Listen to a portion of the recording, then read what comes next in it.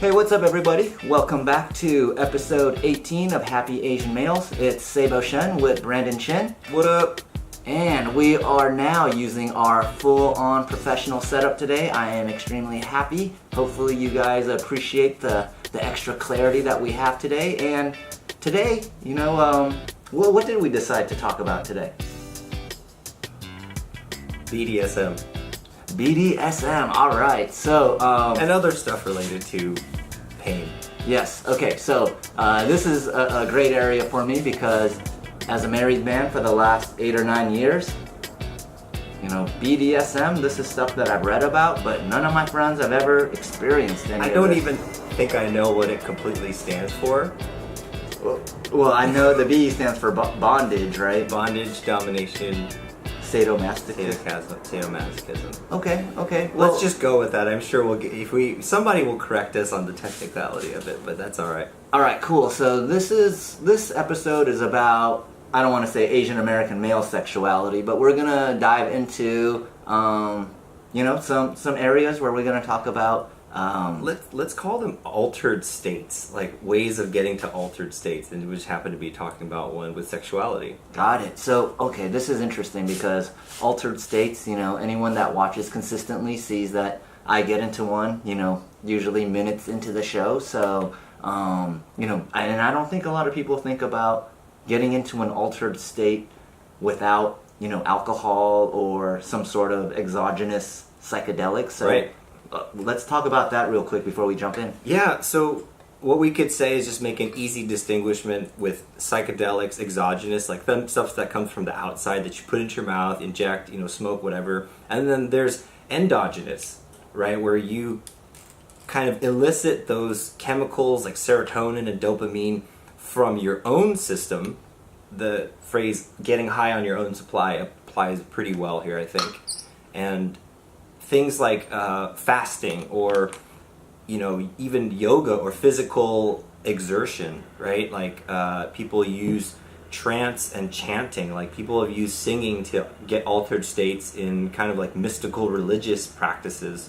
And to a certain extent, now I've discovered from my own personal experience that BDSM is its own kind of spiritual, kind of like altered state producing practice. And there's actually a lot of rules in the culture of BDSM where like consent and like basically the nerds and geniuses of sex made lots of rules. Imagine Dungeons and Dragons meets porn. Oh wow. They have lots of rules for stuff. Like, in Dungeons and Dragons there's like a master that everyone has qualities and yeses and nos, stuff like that. So I thought it was just people just whooping on each other, or I don't think I even had any conception of it. What do you think BDSM is to you? Quite honestly, I hadn't put much thought into it other than, I saw people in patent leather outfits. It looks like they were, tied up, and typically I associated that with a really powerful man that, is in a lot of control in their life, and then they go to these types of things to lose control and have a dominatrix, Step on them, punch them, peg them. Yeah, exactly. And I just kind of had this assumption that whatever the power struggle was, where they were always the person in power, they wanted to experience the inverse. Yes, totally. Surrender. And do so essentially in a safe environment where after they were done, they could go back to their regular lives.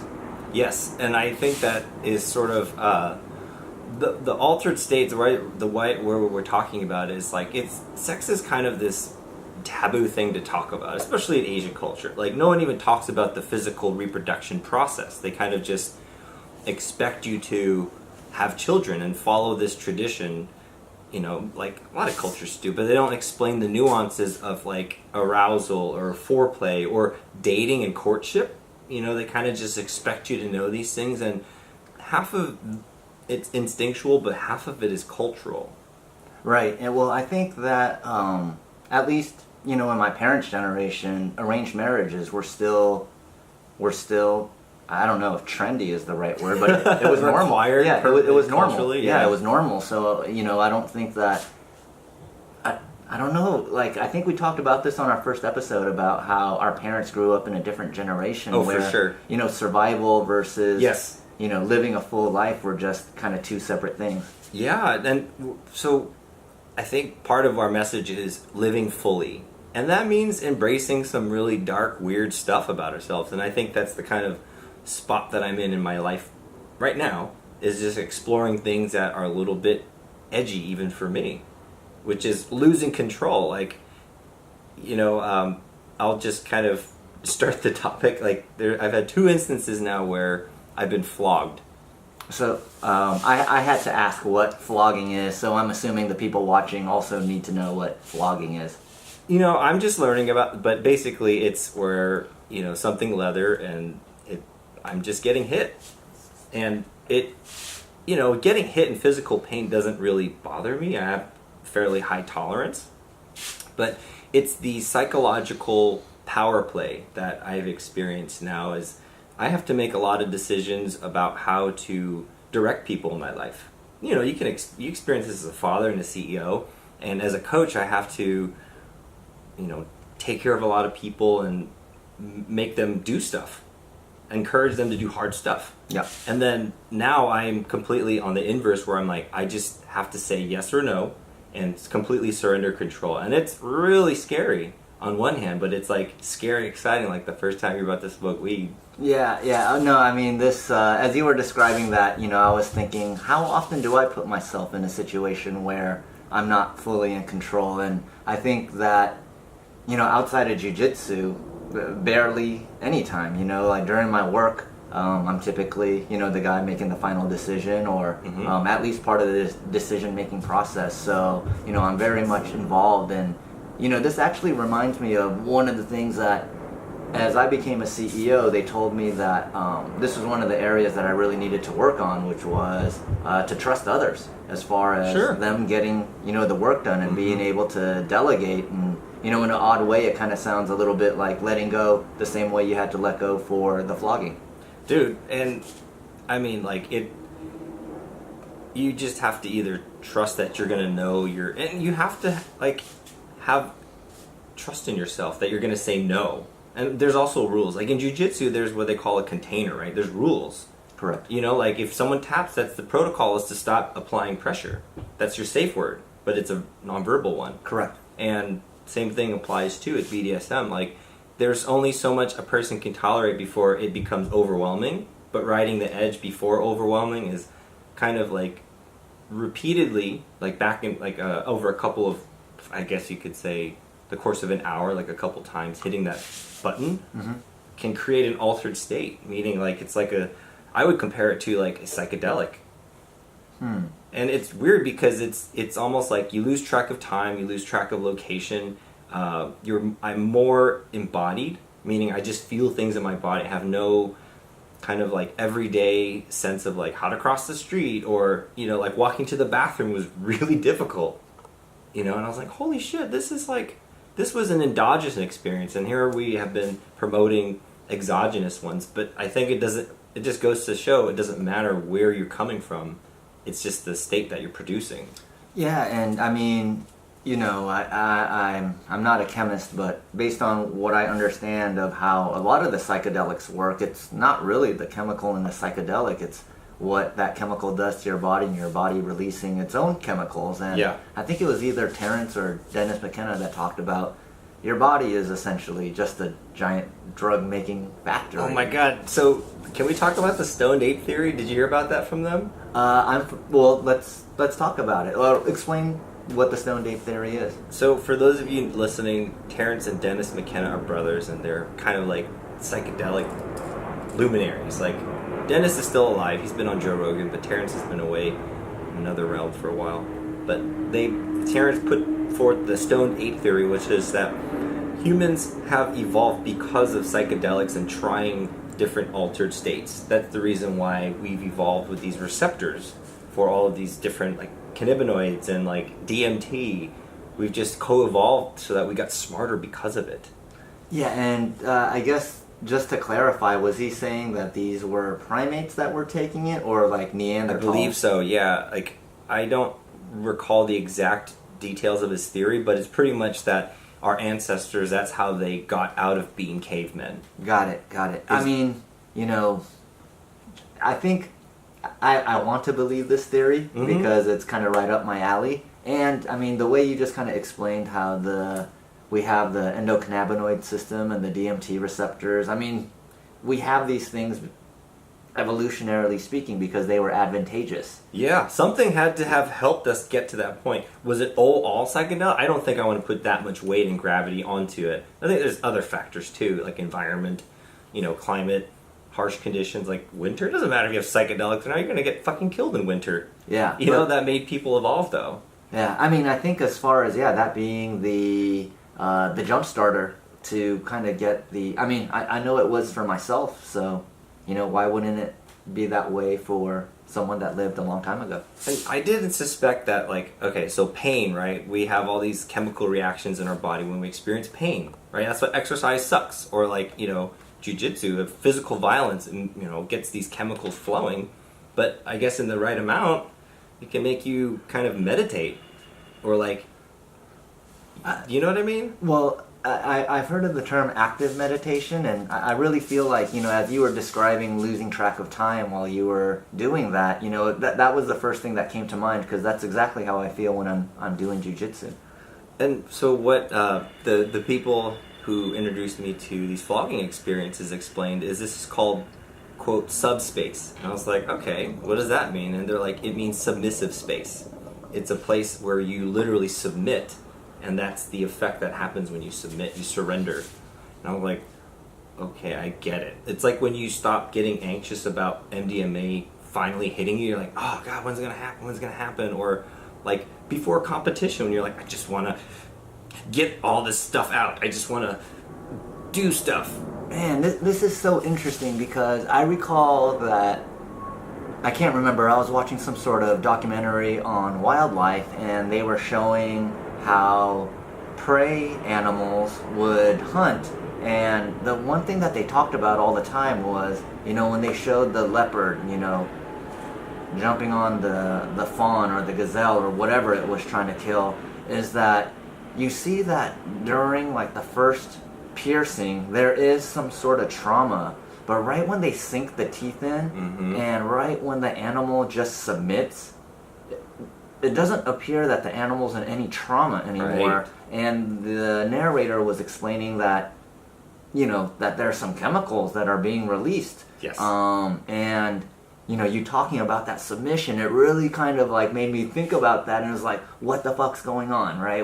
I don't know what's going on, but there has to be some sort of, when you submit like that, it's like, oh shit, I'm dead.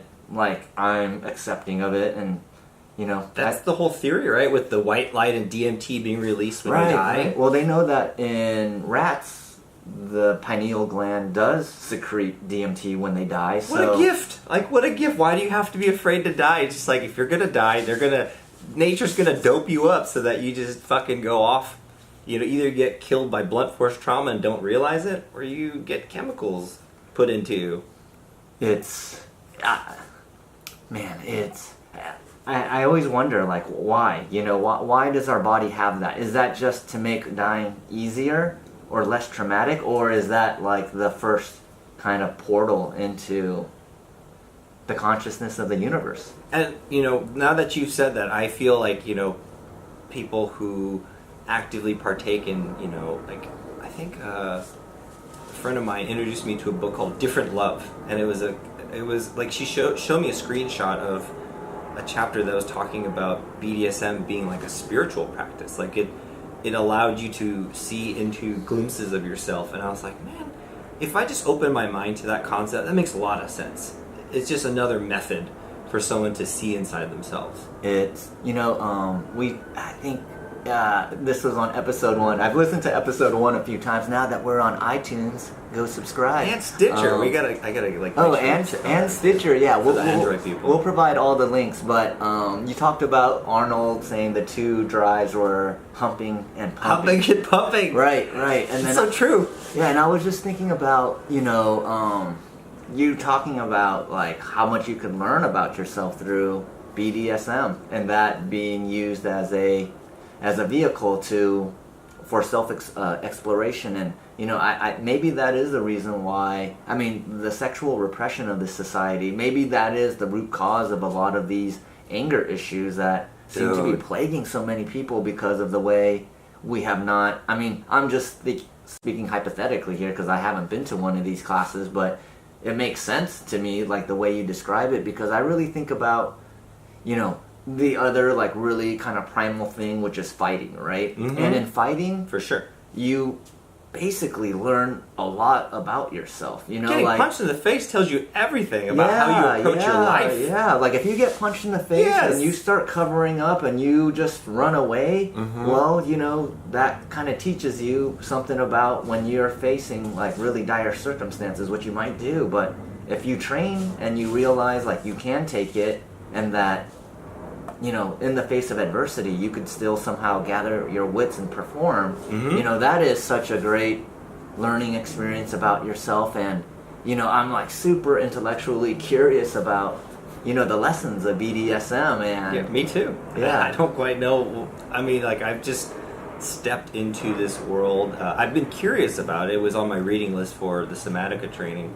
I think it's like S&M 101. But it all comes back to, what am I trying to learn about myself? And it's that, if we go back to even the beginning of this podcast, I remember I explained why I went to erotic film school, because I didn't know about any sexy role models, right? There was not enough examples in kind of like Hollywood or erotica that you saw Asian men being sort of like honored or, like admired, right? Instead, so, and I think this is part of the journey too, is owning our own sexuality, not just in the act of having sex and reproducing, but like our life energy and how we show up. Like, do you face your life like a challenge, and do you cower from it, or do you like take the pain that's inevitably going to come? And like in this practice of getting flogged, I'm like, okay, I'm gonna get the shit beat out of me, and I'm gonna take it to the limit, and see what happens. And there's definitely a hard limit, right? And like, I've gotten to that point where I'm like, oh, dude, I think I'm gonna cry, like, but I have been wanting to get closer to that ability to cry, because it feels like I'll have years between crying sessions, and I'm like, I don't know how healthy that is. Really, you? I would have thought you would allow yourself to cry. I mean, dude. I've ever since I did DMT last April, I mean, I've cried more since that time than probably all of my life combined. But what's super interesting? The reason why I was laughing right now is before we got together, I was getting a massage, and I actually cut it short to be back here on time. Nice. But that's a whole different story. But the person asked me what type of pressure I want in it, and I always love heavy pressure. So there was a portion where he was pushing on my back, and it was like so intense and heavy. Like I was like kind of kicking my feet a little, so he knew like it was hurting me, and he was like, "Do you want me to back off?" And I was like, "No." And then he just kept doing it, and it was hurting like worse and worse. I mean, my eyes were like watering, but it felt good at the same time. And then at one point, like I was like, if he pushes any harder, I'm gonna fucking pass out. Like, but I didn't, and man, some crazy endorphins just like rushed through my body by pushing through. But there was points where like I was seeing stars. I was like, I don't think this guy should be pushing this hard, but I knew that area was just tender and he wasn't using a lot of force. So I was just like, I should just let him, kind of use the pressure that he wants to use to try to work out this knot. But man, it was really kind of, it pushed me to the brink, and then it rewarded me for it, And that's the thing. Like what you're saying is like the everyday ego that allows us to cross the street and write checks, like our conscious self, that gets really challenged, right? Like, especially I think the higher we kind of climb on, like in our life, like, oh, I'm this far along in my life, I have a house, and it's like we want to experience more control, and this is the most out of control thing you can experience is pain. It's inevitable, and you don't know how long it's going to end. But we need more. I think the bigger our egos get, the more of those we need the more intense experiences to bring us back to that kind of like, I guess, humble pie place where you're like, man, I'm just like I'm not really that important in the grand scheme of things. Yeah, I you know mean, what I'm saying? Like, totally. I don't know if it was on this podcast or if we were just talking, but you know, it was one of the reasons why I thought doing jiu-jitsu is so good for a lot of people who are Still need to do big-headed. it. You know, it's like you could be super confident in your work life, feel super superior, and then go into class and just realize like, oh, if this was another scenario where this person didn't work for me and he wanted to kick my ass, he could do so super fucking easy, you know? Like, I have no actual physical power over this guy, and, you know, I think that feeling of just, yeah, like you said, it's eating humble pie so that, you know, as you become more proud of the things that you accomplish, you could still understand, you know, and empathize with people that are coming up. And, you know, I think that's an area that, if I had to guess, is where most successful people go wrong, is that as they become more successful, you know, there's kind of like that, the idea of, I worked harder than everybody else, that's why I'm this successful. Right. Look at me, I'm the best. People that can't get to this level, it's just because they don't work as hard. Yeah. No days off, bitches. Correct. So, fuck that. So, you know, and I've been guilty of that too, you know, like when I just kind of think of other people and I'm like, why the fuck can't they get, you know, the willpower or whatever to do this or that? And then I realize, well, it's because when you're not as confident about something, it takes more energy to do it, you know, when you second guess yourself, and all those things that I felt going to jiu-jitsu for the first time. And the great thing about jiu-jitsu is, even as you get better, there's still tons of guys that could kick your ass, so you're kind of like, well, I'm getting better, but I still suck, you know, so it still keeps me in that student's mentality. And you know, I actually think that it's probably what has allowed me to stay, you know, as grounded as I am, is, you know, through the practice of having something that I suck at. It's almost like practicing near death, right? Like going to near death when your ego experiences death. And I can tell that I'm having an altered state experience when I feel closer to like my emotions.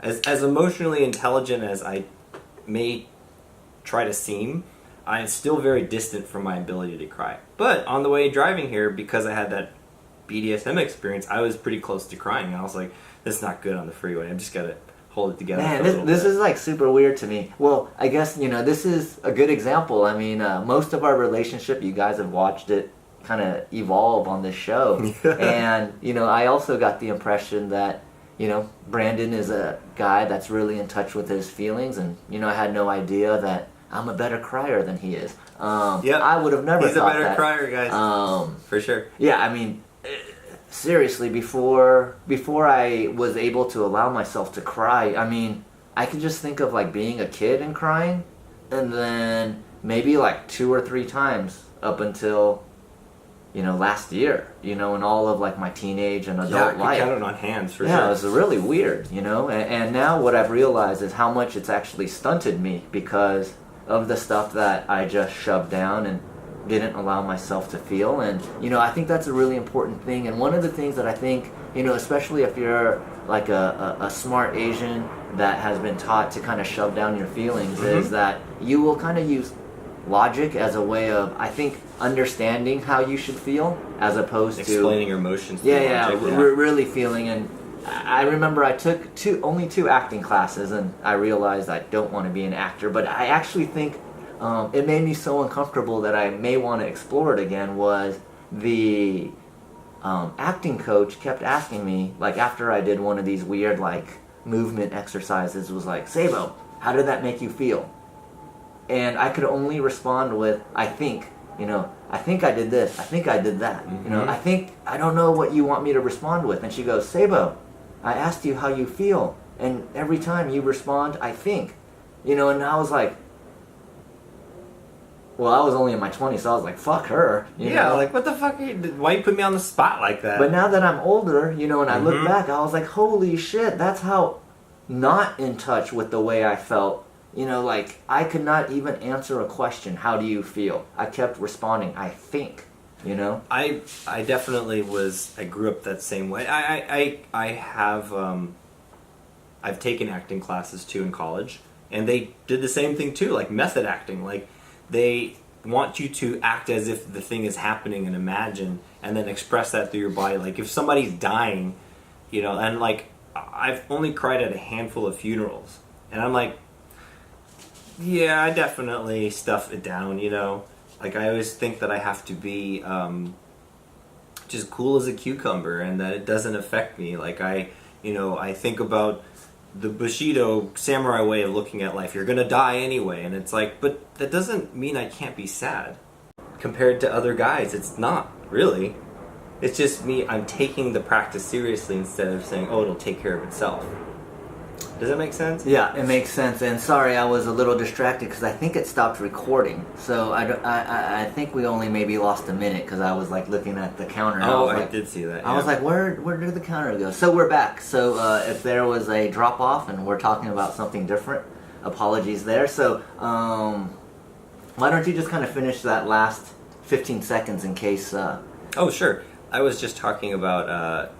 the white belt practice that I have right now is with dealing with emotions, just calling them what they are and not trying to stuff them. Letting them come up, even if I'm confused about what they are, because you can experience multiple emotions. Mm-hmm. I always, I had that binary thing too. I'm like, why am I not happy? Why am I not sad? It's like, it can be a mix of them. Right. And giving them names and flavors, and then as you get good at that and, you know, faster, like when kids can identify colors and numbers, mm-hmm. then you start to build on that vocabulary. And I have a lot more respect for empaths and people who just like know what they're feeling and can drop into it.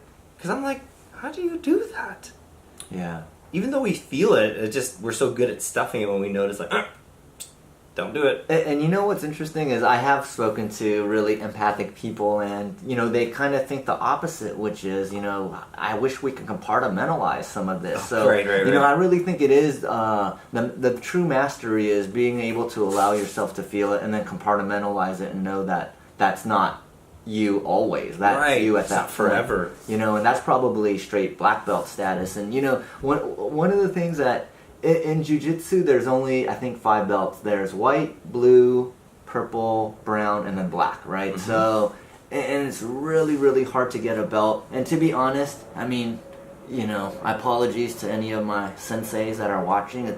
It doesn't seem like there's, like, clear rhyme or reason, like, when you get your belt, you know? A little personal decision. It's not just straight skill level, you know, like, there's kind of, like, personality and kind of, like, are you ready mentally as well? That all plays a factor into this. But mm-hmm. I asked this one guy who was a brown belt going for his black belt, and he's a really cool dude, and I was just like, you know, is there a more solid, solidified, binary way that, you know, you could kind of figure out when you're going to change belts or be promoted?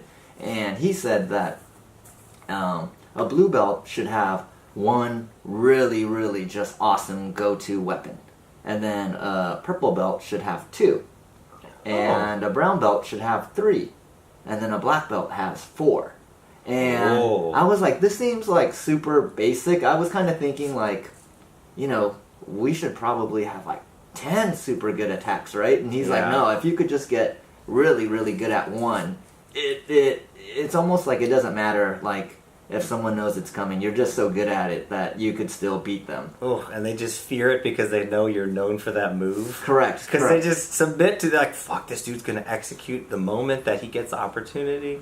And, you know, knowing that about someone, that'll fuck with your head a little bit. Yeah, and then knowing if the guy has, like, a really wide variety of those. And the reason I was telling that story was more because, you know, if we kind of use the belt analogy for emotions, you know, I think that kind of is a good analogy. It's like, you know, I think most people are excellent at feeling sad and excellent at feeling mad. So maybe we start off as, like, yellow belts right off the gate, you know? And I think, like, things like joy, being grateful, you know, these are kind of things that we have to work on at getting better at in life, sure. Right? Based on the way things happen to us and how we want to interpret the data. Like, I know me and you are very optimistic people, so even when bad things happen, we just go into a mode of, well, at least we learned something, right? So that's that's a learned trait to ensure that we stay in this higher vibrational mood. And not become the negative experience. Correct. You know what just came up when I was thinking about this is like beginners and intermediates. Like what I've been hearing about, at least in the BDSM world, like when people are like dating or kind of dating within like the interest of BDSM, like there's people who are known as doms and people who are known as subs. Okay. Right? Like dominating and submitting, right? And one of the things that I'm hearing too is like there's people who claim to be dominant, but they don't have the spirit of dominance. They just do dominant things.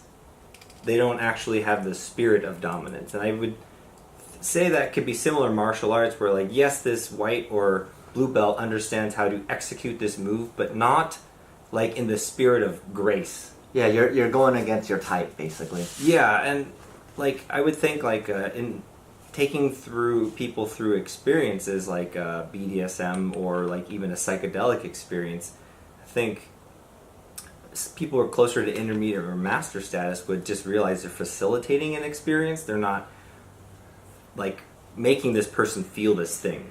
It's not their direct action that... They're like the shaman. Yeah, right? That's really, and it's like, that's a huge response. I even like kind of cringe saying that word sometimes because, I mean, shamanic, yes, but like it's such a, loaded word. It's easy to say, oh, I've done a couple drugs and like I know how to keep people safe. I'm a shaman. I went to the Amazon. But then there's like, people who have been studying for decades and they don't even call themselves shamans. Maybe they do, or medicine people, but. I guess what I'm getting at is staying humble about the process, because like I'm still learning so much about the act of surrender. And I think I mentioned before, I had a mushroom experience not too long ago where the theme of it was powerlessness, and that was the word that came up, and I just had to explore all of these states where I felt powerless. And it started with me being swaddled like a baby, and I just felt like, oh my god, I have no control of my limbs. I'm like a baby. I'm like, I have to surrender, and I was like, oh shit, I have to experience all these powerless feelings. You know what's interesting about that? It's that it's basically, you can imagine that as a straitjacket, right? The swaddle. Yeah.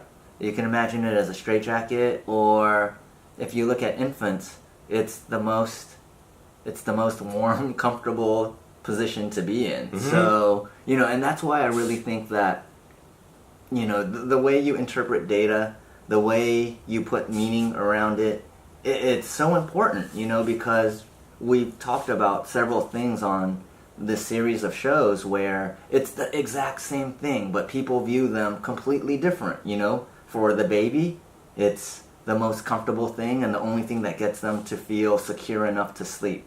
Mm-hmm. For you, it was like, I have no control. Someone could piss on my face if they wanted to right now, and I am defenseless and powerless. And, it's essentially the same thing, right? Yeah. And, growing up, I did feel very powerless. Like, that's why what young kid or guy doesn't want to weight train, So, going back to, like...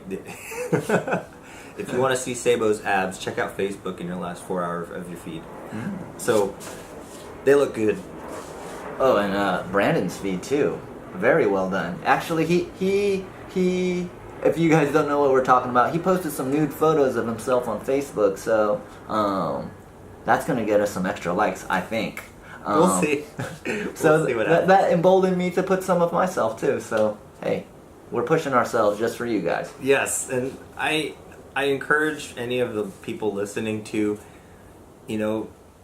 embrace these kinds of things, because I think people deserve to feel pleasure, right? Yes, there's pain, but there's also pleasure. They come together. Yeah, absolutely. And, I think,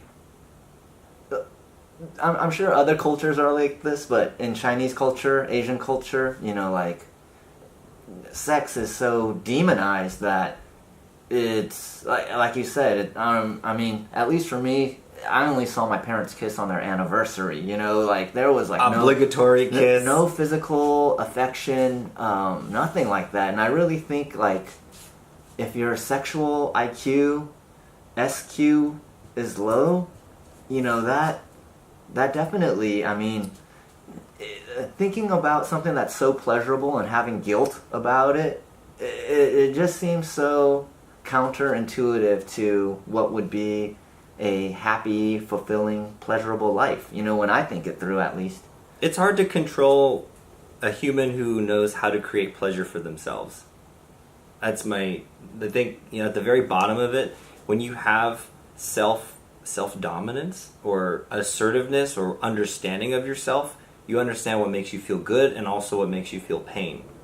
And you actively seek out practices that help elicit those things. Not only pleasure, but pain, like to balance it out, right? Like dancing is pleasurable and then martial arts is, you know, painful, but they're the same kind of dance, right? You're doing it with a person, but the intent is different. Like the intent to harm and feel pain, that's kind of like, you know, aggression, and then the other part is just, you know, like joining with somebody and feeling pleasure.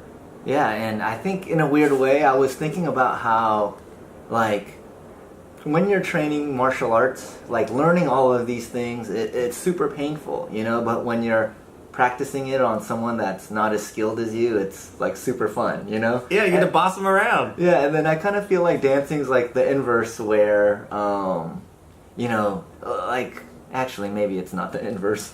I was like, there's no painful part to this dancing, but my ego when I learned to tango. Oh man, well I mean there's definitely partner dancing, that shit's hard. That definitely hurts and challenges your ego. I remember my wife and I, we wanted to do some ballroom dancing for our wedding, really? So we got some lessons, and you know, we're harsh critics of Dancing with the Stars, and it took us like 30 minutes to be able to like walk in a square together, you know, shit. without like crossing our feet. I was like, this is so hard. Mm-hmm. But we actually decided to forget the ballroom dancing at our wedding. So okay, let's wing it. Yeah. We just did some of our good old 90s hip hop dances instead.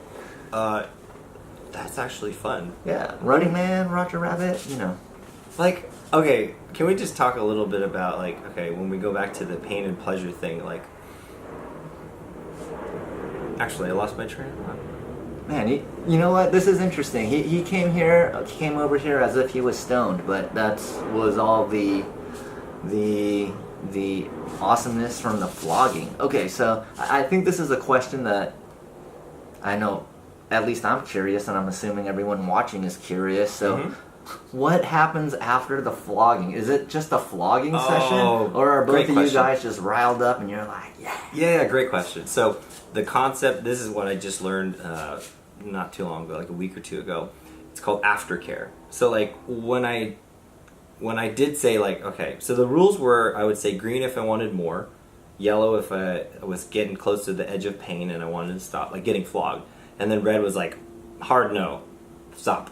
You know, the level of intensity. And so I got to a red today, and then like I could feel myself like, holy crap, I don't know what to do here. And then immediately my I'm going to say my partner just soothed it and just kind of like rubbed it and just kind of like, you know, applied care. And I was like, holy shit, that it's like almost this opportunity, like when a kid scrubs their knee but your parent immediately shows up, and before like the whole trauma effect happens, you're there to coddle and like swaddle and stuff. Yeah. Okay, so I mean, okay, I get that part. I kind of assumed that part actually, but what I was really asking was, I mean, is the whole experience the flogging, or does the experience end with a happy ending? Oh yeah, does it lead to sexual intercourse or like happy endings and stuff? No, I've actually set a boundary for myself that for me, like that, just going for the act of sex, like it's very like pretty clear that I know how to do that, and I don't actually want to practice that as much as practicing the restraint of like wanting to rip this woman's clothes off and like do stuff. Damn. And so it actually increases the intensity when you take kissing and intercourse off the table. And then you start to get really creative too, like things like biting, licking, and then you're just like, well, it kind of feels all good. I'm sure it does. In my head, like it's like whatever's happening in my head right now, I could see how exciting that could be, you know, especially if those parts are taken off the table and you're kind of like, You well, have to use your imagination, which I think is a hugely underestimated thing when it comes to sexuality. no, totally. I remember when me and one of my first girlfriends could only dry hump. Like, I think I actually enjoyed that, like, more than when we started having sex. Dude, you know? right? Because you're just like, There's okay, so I'm gonna much grab you. tension, yeah. And like, it reminded me straight up of being a teenager, and like, and the whole point. Okay, so it all started today when we were like, okay, we need to have a conversation about boundaries, and then boom, it just starts happening, and I was like, oh shit, we're not gonna talk about anything. I'm like in the middle of a sexual experience, and you know, like we're like, oh, you know, there's no way I'm gonna think logically, and so I literally had to like separate myself and just be like, okay, we need to talk about boundaries. And so before we continued, we're just like, yeah, let's just keep the no kissing on the mouth and clothes mostly stay on. And it was tricky because we're like, okay, all right, let's just stick with that. And then it actually increased the amount of pleasure that I had. So you guys are attracted to each other? Yes. I think this would be hard to do with somebody that I'm not on several levels attracted to. And that's what I realized is, for me, I cannot just have sex with random strangers. There needs to be some kind of connection. And I thought it needed to be like, kind of like romantic. It doesn't. It could be like, this person's going to deal me pain, but they're going to, you know, say they're going to stop when I ask them to stop. And I was like, that's a whole different element to it. Yeah, this has been a super interesting discussion. I mean, I actually, today was probably the most I've ever thought about, like, the topics of this show. And then when Brandon gets here, we just choose a completely different topic than all the different ones I was brainstorming today. But, you know, I mean, sex always gets downloads. Well, People want to talk about it. The amount of like individual conversations I was having in my mind as you were telling me things, it was just, it was super stimulating for me, because I think that I've thought about exploring, you know, my physical side, my mental side, my spiritual side, but, you know, it never really crossed my mind to like be more sexually explorative. You know, I'm married, I got 2 kids, but, you know, through this I'm starting to see, like, you know, this is one area that right away, you know, I'll be able to learn a lot more about myself, because not that I'm high level in the other areas, but as you get higher level, it's harder to get learnings, and when you start something, you know, you just learn stuff like really quickly right away. So I'm pretty excited about that. No, that's how I feel too. I feel very rookie, and so like it's almost like that overwhelming, like shit, like luckily I'm not having that perfectionism, imposter syndrome kind of talk where it's like, what are you doing here? Just like, okay, the self-talk that I'm having is, it's okay that you don't know. You'll know when you hit your boundary. And that's kind of a scary place to be, where you're just like, I'm going to just show up and see what I can bite off and chew. And like, so this is a new realm for me too, because one, culturally, we're starting from ground zero, you and I. Like, emotions and then like sexual exploration, like that's just not taught to guys, but there's so much pressure on us to perform as guys and know things sexually and know how to move the interaction. But I'm like, you know, if we are supposed to do that, then we need to discuss openly, or at least find resources so that we can practice this without hurting anyone. You know what I mean? Like I don't want to make a girl or fall in love with a girl or a girl fall in love with me when we're just, you know, like, because there's certain buttons that you'd hit that I would hit in like the sexual intercourse, and you're like, okay, this person is obviously like gonna fall in love with me, and you're like, okay, I've hit that button too many times to be like, okay, I'm gonna be casual about it. I'm not casual or brazen about it anymore. I'm like, no, I need to be responsible. If I cross that threshold, I need to be ready for what could come of it. Yeah, well, I think, you know, before I used to think that, you know, us being 2 Asian males, that a lot of what we talked about was really important for younger Asian males to understand. But when I read the comments, most people are like, well, I grew up Jewish, or I grew up whatever, and they're like, we grew up similar, you know. So I was like, okay, well, maybe we're not as different as we think, but Sure. What is still important is that, I think that, what I kind of took away from our discussion today was, just, I think that first, bringing this topic up so that people are aware of it is important because, I don't think a lot of men are taught, for example, what you just used, taught how to respect people's boundaries properly. Like, if you're going to go fucking around, like, you kind of know when someone's being led on, and, I don't think people are really kind of, like, taught, like, these, like, emotional lessons of, like how to handle these things, or maybe they're just not talked about enough, so you just kind of do whatever you think is, the best thing to do. And when you're 16 years old or 20 years old or 25 years old, obviously you don't make the best decisions. So, I guess to distill what I was saying, it's having more conversations about sex, to me, makes a lot of sense. Yes. I know that when my daughters are older, we'll talk about it. I'm not going to shame this subject. I don't want them to feel, any type of associate negative things with it, because it is one of the most pleasurable things, or the most pleasurable thing, I think.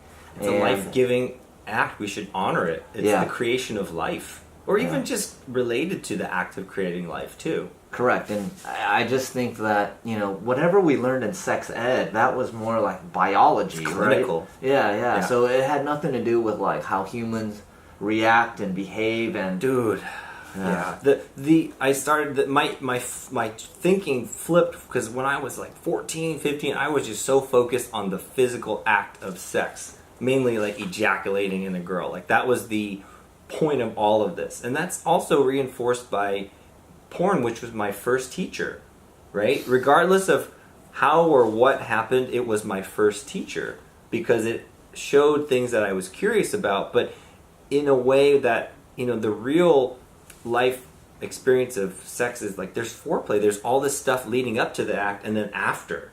No one talked about any of that stuff leading up to it or after. It was just assumed, like, okay, the sex happens, and then I never even asked myself, like, do these porn stars put their clothes on? What do they do, like, after? Do they eat? Do they, do they just drive in their cars and not talk? Like, what do they do? Well, I think I can't remember what words or we used to describe this a few weeks ago, but it's the difference between being process-oriented and goal-oriented, right? Yes. The goal is to climax. The process is to, give pleasure to the other person. Yeah, that's a great way of, like, just, it's like, okay, so we're looking at the process of getting to pleasure and all that stuff, and that we need to talk about, because there's some potentially rough patches you can hit. Like a lot of the stuff that came up for me in learning, going through these BDSM things, is like a lot of my childhood fears came up. Like being spanked. Like, I was just like, oh my god, I feel like I was naughty, but I don't know what the fuck I was naughty for, and then, you know what I mean? Like, so when you got spanked, you had some sort of, like, kind of psychological whiplash for too? Sure, dude. I was, like, transported physically back to, like, being young. And so, if we talk about the concept of holding space. Mm-hmm. If this person who's, flogging me doesn't understand how to hold space, they're, like, think about a 28-year-old dude on Tinder. He's like, yeah, I'm totally into BDSM. Versus, like, a 45-year-old dude who's had sex education, he's been through a marriage, right? He's understanding of what it means to hold space. Then you can understand, like, for young guys, they probably traumatize a lot of girls because they don't know how to hold space for, someone submitting to them. They're just so intent on sticking their dick in somebody that, fine, if they want the dick stuck in them, that's okay, but what if, like, they're, I don't know, I'm not going to get too much into the consent conversation, but it's important because that creates safety. If knowing that, hey, somebody's going to say no, you'll honor that no. Yeah. You know what? I really think, I hope if there's any dads watching like you, just kind of, I'm not an expert, but just get more knowledgeable about this. I think talking to your kids about it, if you have boys, that'll help them go through these stages and, leave less carnage than guys like, Brandon and myself. And then with girls, hopefully it'll just get them more aware of, like, when guys are of that age, they might mean well, but they're being controlled by some hormonal parasite that takes over their brain, and they might mean well, but they're operating on this crazy operating system at that point. So it's like, yeah, but to be young again. Yeah, but I'm definitely not going to try to shame them or scare them. I'm just going to try to educate them and let them know, like, hormones happen, and you got to be aware that sometimes you might like someone or feel something about someone, and maybe you do like them, but if things don't work out, like, it's okay to break up and not have these crazy break up and get back together type romances that you see Hollywood have. Yeah, so I'm pretty sure, because the last time I looked, it was close to 30 minutes. Oh yeah, before. we're coming up on the end of the show. Yeah. So, and I think maybe the camera only has a 30-minute record time. We'll get to see after this. Gotcha. But so what are we gonna wrap this up with? I mean, we almost sounded like we were wrapping up. Yeah. Start with how you feel and gaining that vocabulary, and then seek out experiences that are going to challenge you to feel emotions. Yeah. I'm not going to give. That's it. I'm not going to give any advice. I'm just going to explore this area myself, and kind of see what it does for my wife and myself and our relationship, and if we learn anything. Like, I think that at a minimum it should be super fun, and if I learn something, I mean, it would be crazy to, we talked about listening to your dick last week, but if you experience some epiphany through this sexual encounter, that would be kind of, it's almost like, the epiphanies that you get when you're on a psychedelic are so fantastic, and epiphanies in general are very fantastic. Like, getting one through an orgasm, I can't think of anything that could be any more fantastic. Right? And then you're like, oh shit, I learned a life lesson. And, and then you have an opportunity to practice it out in the world. What did you learn from it? Go help people feel. Now I really want to help people feel pleasure. And this is a takeaway too. Anyone who's watching this, you're going to have an impact on somebody. You potentially can bring them pleasure just by you being in their presence. So just remember that. You may not have to do much. I thought that being sexy was an act. Sometimes it's just you literally just being with them is enough. That can elicit emotions, and you can have an experience just like by being with somebody. I could dig it. All right, well, we're coming to the end of this week's episode. Any interesting things you're getting into over the next few weeks?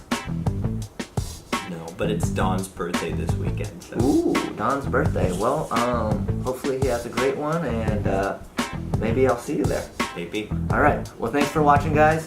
We are on Stitcher now, as well as iTunes. My wife is actually, she committed that she'll help us out with our website. It's hampodcast.com, so it might be up by the time you guys see this. But definitely like, subscribe, comment. We'd love to get some feedback on the show. Talk to us. We try to keep them to 60 minutes, 30 minutes. If that's better, let us know. And if there's any topics that you want us to explore, please do let us know as well. Any last words? That's it. See you later. All right. Take it easy, guys. Woo.